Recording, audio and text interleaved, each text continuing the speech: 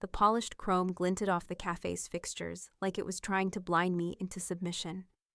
I sat quietly at a corner table, half listening to the clinking silverware and low hum of expensive conversation. The whole place smelled like roasted espresso beans and lacquered mahogany, the kind of atmosphere that screamed old money with a modern twist. My name is Marla Reyes. I'm 37 years old, and I live in Buffalo, New York.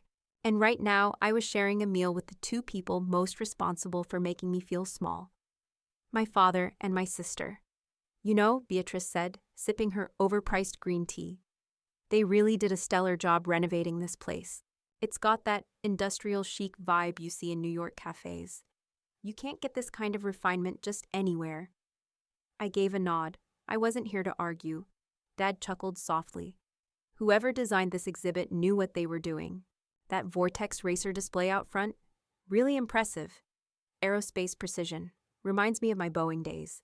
He said it like it was the highest compliment possible. Neither of them looked at me as they said this. They were too absorbed in their own glow, Beatrice in her tailored cream suit and $1,000 stilettos, and Dad in his weathered blazer that still somehow made him look like a retired professor from MIT. Me? I was in a charcoal button-down and plain black jeans. Simple, comfortable, easy to overlook. So, Marla, Beatrice continued, her voice sweet with a faint edge, what's new in your world? The pause before your world was just long enough to sting. Still tinkering with bikes? Dad asked, barely hiding the smirk. Didn't realize that hobby of yours had staying power, I smiled. Something like that. They laughed, light, dismissive. Beatrice leaned in. I saw a post about this place trending last week. It's all over social. Figures you'd be into it. It's very artisanal grease monkey. Artisanal grease monkey, she actually said that. I stayed quiet. Years ago, I might have snapped, argued, told her where she could shove her startup portfolios. But today, Today, I was patient. Beatrice pulled out her phone and started snapping pictures of the cafe walls, the neon signage, the industrial piping. This whole gallery is perfect Instagram bait. I wonder who came up with the idea. Excuse me, a voice said behind us. A man in a crisp black blazer stood near the table, the museum director. Ms. Reyes, he said, with a slight bow in my direction. The custom vortex racer you restored is drawing quite the crowd. Your table is ready in the engineer's gallery. Dad turned toward him, confused. Beatrice froze mid-scroll. I'll be just a minute, I said, rising to my feet. The director smiled. Whenever you're ready. They've already started guiding guests through your timeline exhibit. It's a hit. I gave him a nod and turned to my family. Beatrice's face was frozen in a kind of soft horror. Dad looked stunned. You're the engineer, he asked slowly. I designed the cafe too, I said gently. And the exhibit. The museum brought me on 2 years ago.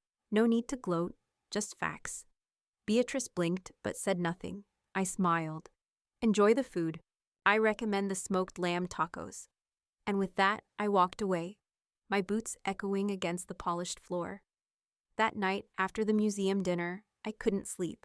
I lay in bed staring at the ceiling fan, listening to it tick ever so slightly as it rotated. My phone buzzed a couple times, probably people tagging me in photos from the exhibit. I didn't check. My mind had already drifted far away from Buffalo. Back then, Northern Virginia. Cul-de-sacs and white fences and parents who drank Chardonnay at school fundraisers like it was a sport. My childhood had a soundtrack, classical piano scales from Beatrice's lesson recordings, and my dad's voice asking why I didn't try harder. Beatrice was the star, the straight A, debate team, varsity soccer, National Honor Society star. She didn't just win awards, they created new ones to give her. My parents' friends called her remarkable. I was quiet. I didn't mind being quiet.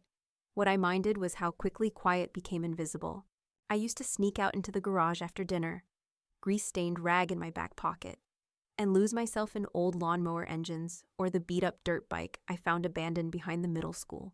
I'd spend hours with a socket wrench in my hand, headphones blasting punk rock, just stripping things down and putting them back together.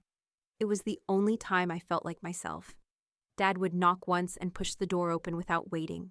Still playing with tools, he'd ask, like I was 8 years old with a plastic hammer. You know that stuff isn't going to take you anywhere, right? One day, I didn't answer, just kept tightening a bolt.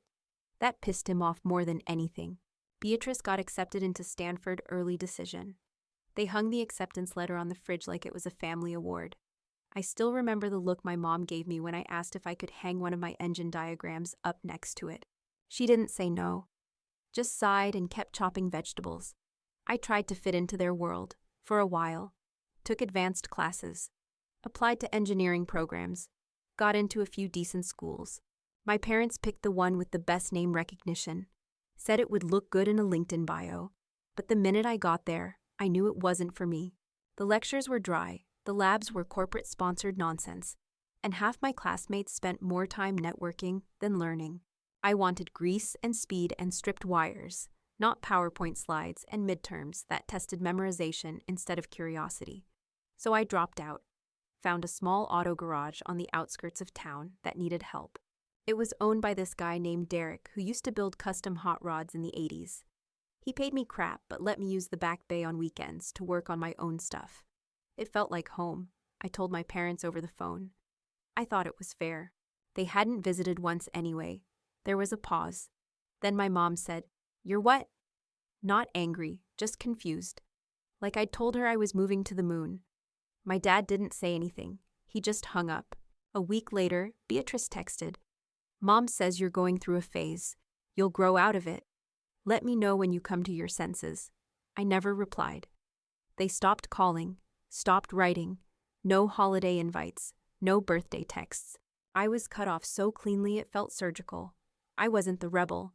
I wasn't trying to prove anything. I just didn't want to live a life that wasn't mine.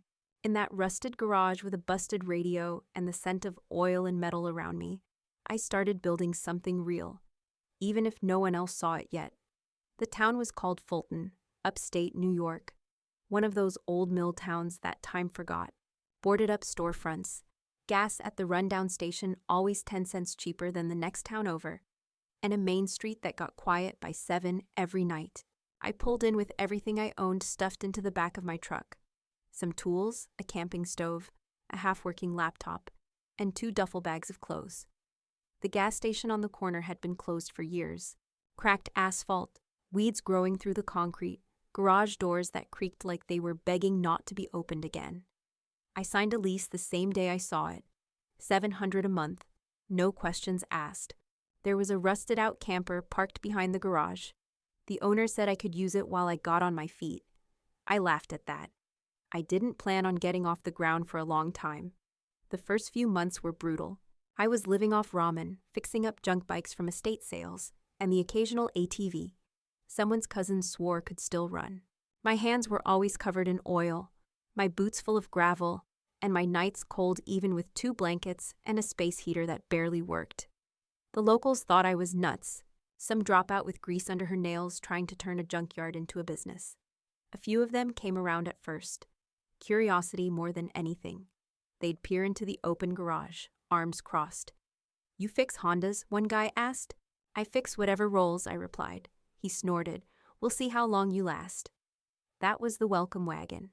Business was slow, so I started filming. Nothing fancy.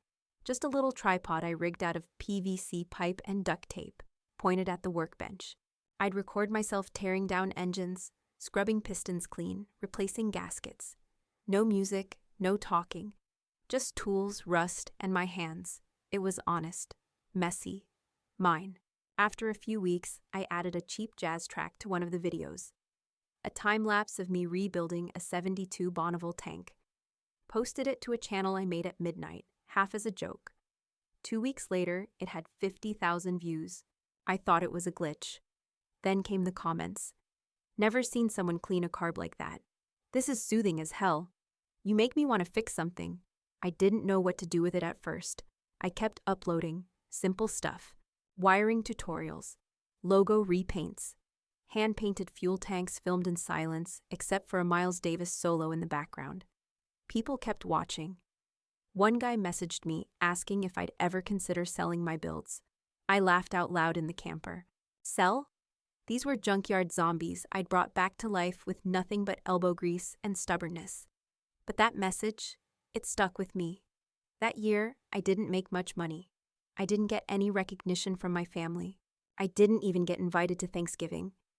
But I had something I'd never had before, a following. People who saw value in what I did, in the machines I brought back from the dead. And for the first time, someone other than me believed I had built something worth watching. The email subject line read, "Curious about your builds." I almost deleted it. It looked like spam, no company name, just a guy named Hugo Ramirez with a Gmail address and a 2-line message. Been following your work. Want to talk ideas. Got a small motorsports investment group. You around this week? I left it unread for 2 days. Then I clicked through to his profile and saw a photo of him next to a restored Ducati Cafe Racer. Same model I'd rebuilt last fall. Same paint scheme too, which was weird because I'd designed that color combo myself. Turns out he'd reposted one of my videos months ago. It had gotten more traction on his platform than mine. We talked that Friday. I was nervous not because of him, but because I wasn't used to anyone asking real questions. He didn't ask about my background or degrees, or why I lived in a trailer behind a leaky garage.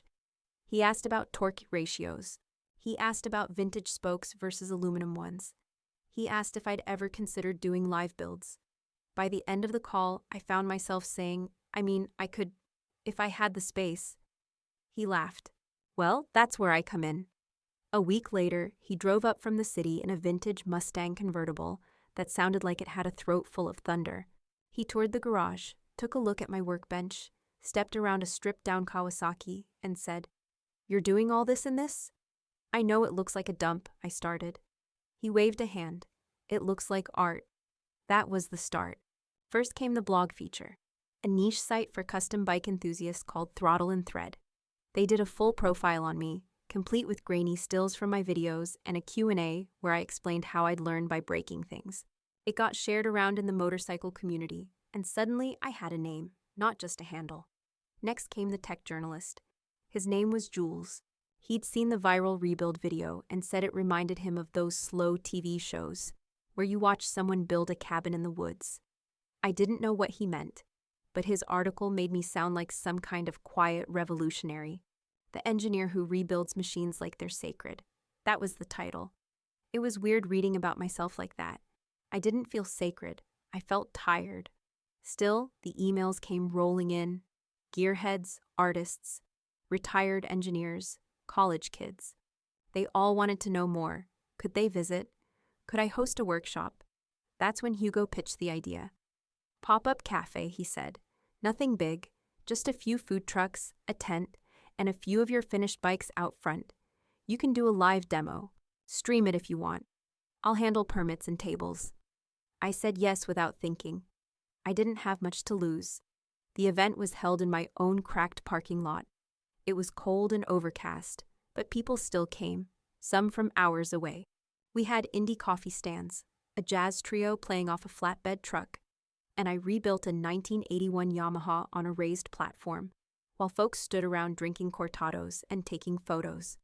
I thought 10 people might show up. We had over 200. Somebody's uncle brought a vintage BMW and parked it beside mine like it was a museum. A couple drove in from Rochester just to see the Vortex prototype I'd posted about. By the end of the day, I had offers for collaborations, commissions, even a licensing deal for my tank graphics. That night, Hugo asked what I'd build if money wasn't an issue. I didn't have to think. A place, I said, where people can eat, watch, and learn, all in one space. He nodded. Then let's build it. We opened on a rainy Friday in May. Not ideal weather, but I didn't care. The building, an old hydroelectric plant on the Buffalo River, had been gutted and rebuilt piece by piece. The original steel beams still cut across the ceiling like skeleton ribs, and the giant turbine housing had been left intact near the entrance. We polished it up, turned it into a centerpiece. My idea. A nod to the bones of the place. We called it Steel and Spoke. I didn't put my name on the signage. Just the logo, 2 wrench heads crossed like a coat of arms, tucked under a line of custom font. I wanted the machines to speak first. If someone really wanted to know who was behind it all, they'd ask. The cafe was tucked into one side of the space. Concrete counters, matte black stools, food served on metal trays, and cast iron skillets. The menu was short and weirdly specific. Smoked brisket sandwiches, flatbreads named after engine parts, the V-twin, the inline four, the carburetor. I worked with a local chef named Lenny, a guy with sleeve tattoos and a nose ring who made the best damn pickled onions I've ever tasted. We hit it off immediately. The rest of the building was open concept. Rotating bike displays on polished concrete, a full glass wall facing the river, and a mezzanine level with glass railings where you could drink espresso while watching someone weld below. We hosted hands-on workshops, live painting sessions, even a panel discussion once on the history of carburetor tuning. The crowd was a mix of gearheads, foodies, and design nerds. Somehow, it worked. We made the cover of a national travel mag by month 3. Still, I kept my head down. I wore the same denim coveralls every day, same oil-splattered boots. I spent more time under bikes than at meetings. I didn't want to become a mascot or a story. I just wanted the machines to live again and for people to feel something when they saw them. And then, one night, while I was wiping down the gallery railings upstairs, I got the alert. Reyes posted a story. Genius food plus killer bikes equals dream date night, that's a steal and spoke. I froze. It was her, Beatrice, my sister, in the mezzanine cafe, laughing across from some guy with a perfect fade and horn-rimmed glasses. She was holding a cocktail in one hand and pointing her phone toward the custom BSA Gold Star I'd restored last winter. My Gold Star, the one she once called a useless piece of scrap art. I didn't move. She didn't recognize the place, clearly, didn't know she was standing in the middle of something I had built from bolts and scratch. Part of me wanted to march up and say, "Hey, surprise," but I didn't. Instead, I leaned against the wall, out of view, and watched her admire the space like it was some hip discovery. She had no idea. She had no idea that the brushed steel sign she posed in front of, I'd installed that with my own 2 hands, and in that moment, I didn't feel bitter. I felt whole. Let her fall in love with the place before she finds out who made it. Let her tell the world how brilliant it was, because she was right. It was a dream, and I built it. The reservation came in on a quiet Tuesday afternoon, through the online system. I almost didn't notice it. I was elbow-deep in grease, swapping out brake pads on a '68 Norton Commando we were prepping for the July display. I wiped my hands on a rag and glanced at the laptop on the back desk. The new host, Nate, had flagged it with a note. Family brunch, 6 people, VIP mezzanine. Name, Beatrice Reyes. Special request, celebration for new promotion. My heart stopped for a second. Not panic, just that old slow thud in my chest. It wasn't the first time I'd seen her name lately. She'd tagged the cafe in 2 other posts over the past month. Once at the gallery wall, once at the lunch counter, but this was different. This time, she was coming back. And she had no idea I was behind the curtain. I stared at the screen for a long time. Could have canceled the reservation. Could have handed it off to Hugo or let someone else deal with it. But I didn't. Instead, I clicked confirm. I didn't want revenge. I didn't want to make a scene. I just wanted to be present. To stand in the middle of something I'd built and not flinch. I planned the whole thing in my head over the next couple days. Quietly. No fanfare. Just truth. I told the staff what to expect. No big announcements, no dramatic entrance. Let them arrive, get comfortable. Let them drink their mimosas and enjoy the space. I'd come in after.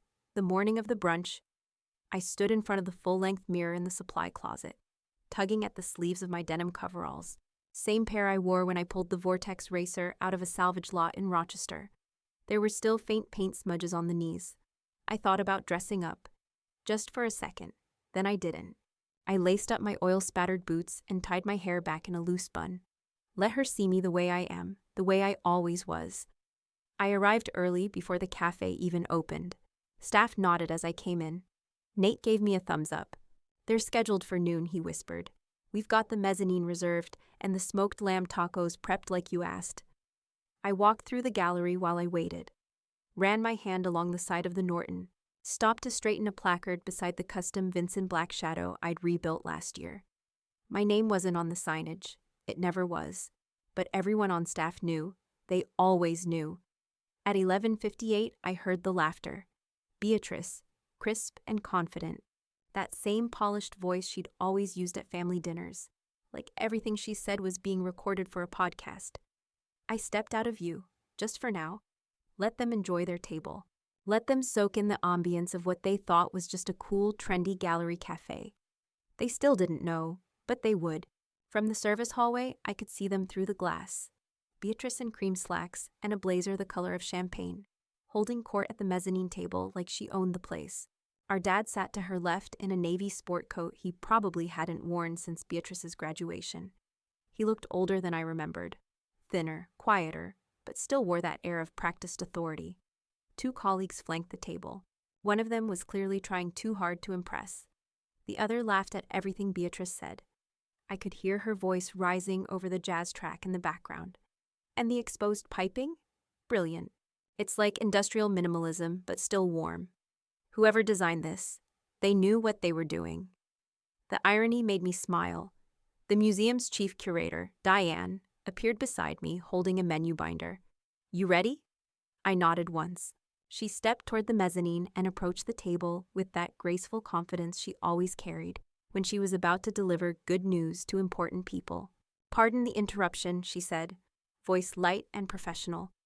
But I wanted to let you know that the lead engineer's table is ready upstairs in the gallery. Ms. Reyes, would you like to join her? Beatrice blinked. I'm sorry, what? The engineer who restored the vortex racer, Diane explained. This entire installation was built around her work. She prefers to keep a low profile, but she's requested a seat in the gallery space. Would you like to relocate there and join her? Beatrice looked confused, then intrigued. You said Reyes? Wait, what's her first name? Diane smiled politely. Marla.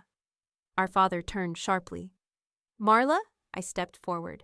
Beatrice's mouth opened, but nothing came out. I walked slowly, casually toward the table. My boots thudded quietly on the concrete stairs. I stopped just short of them and placed both hands on the metal railing. Hi, I said. They stared like I was a ghost. You're the engineer? Beatrice asked, voice cracking a little at the end. I am. But this whole thing, this cafe, the exhibit? All mine, I said. Every detail. Dad's eyebrows pulled together like he was trying to solve a riddle he didn't believe existed. You designed all this? Yes. You rebuilt the vortex racer, he asked, like he didn't trust his own memory. From the ground up. Stripped it, re-engineered the suspension, painted every inch by hand. Beatrice glanced at her colleagues. One of them was already pulling out their phone to look something up. I continued calmly. The smoked lamb tacos you just ate? My recipe. The flatbread names? Mine too. The exposed piping you just complimented? I shrugged. Yeah, I drew those plans on the back of a diner napkin 2 years ago. Beatrice's face reddened. She reached for her water, but didn't drink it. Dad looked away for a second, like he couldn't decide whether to be impressed or embarrassed. Well, Beatrice finally said, her voice thin. I didn't realize. No, you didn't. There was silence then, heavy and awkward. I took a breath, not angry, just steady. I'm not here to rub it in. I'm here because this is who I am. And I won't hide that anymore. Dad looked up at me, his voice quiet now. You did all this without us. I had to, I said. Then I smiled, not with pride or defiance, just clarity. This place you've been showing off to your friends, the one you keep tagging on social? You've been bragging about me, Beatrice. You just didn't know it. The table stayed quiet after that. Beatrice looked like someone had tilted her entire world sideways, and she was still deciding whether to pretend it was fine or start screaming. Dad cleared his throat. Well, I'll be honest. This is impressive, Marla. His voice had that forced weight behind it, like he was trying to will it into sincerity. I nodded, not unkindly. Beatrice gave a soft, nervous laugh and tucked a strand of hair behind her ear. I mean, you really did all this? You always were good with tools, but this is respectable, I offered, raising an eyebrow. She flinched slightly, but recovered fast. I was going to say incredible. I leaned against the railing. Look, I didn't bring you up here to fight. I brought you here because I'm done pretending. You don't get to talk about me like I'm beneath you and still eat in my gallery like it's some anonymous aesthetic you discovered on Yelp. Beatrice straightened in her chair. I never said you were beneath me. You didn't have to, I said. You said it every time you rolled your eyes when I showed up in work boots. Every time you introduced me like a cautionary tale. Every time you used the word phase. She opened her mouth, but I held up a hand. I don't want an apology, I said. I want something better. Dad looked up. What's that? Respect, I said simply, and a clean slate. If we're going to have anything from this point forward, it starts with some rules. Beatrice looked wary. Rules? Terms, I said. Like any contract. Boundaries. She crossed her arms. Okay, let's hear them. 1, I said, holding up a finger. No more backhanded comments about my work, my clothes, my choices. You don't have to understand them, but you will not belittle them. She nodded slowly. 2, I continued. I'm not your success story. Don't parade me around now like you helped build me. You didn't. I made it despite you, not because of you. Dad shifted in his seat but didn't argue. 3, I said. If we're going to be in each other's lives at all, we drop the pretending. You either show up honestly or not at all. No more curated smiles. No more passive digs wrapped in compliments. There was a pause. Then Beatrice said, Okay, so what happens now? Is this goodbye? I looked down at her and said quietly, No. But it's not a reunion either. It's a reset. She looked unsure. For the first time in a long while, she didn't have a clever reply ready. Then I took a breath and added, That brunch you were celebrating, the promotion? Beatrice blinked, surprised. Yeah, if you want, I said. You can host your next team launch here. Full service, your company, your clients, whoever. Her mouth opened slightly. Really? I nodded. As a gesture, not a peace treaty. Think of it as a starting line. She exhaled slowly. You're serious? I am. She looked at Dad. He gave her the smallest shrug, like he was trying to figure out how they'd ended up at my table instead of me at theirs. And that was the point.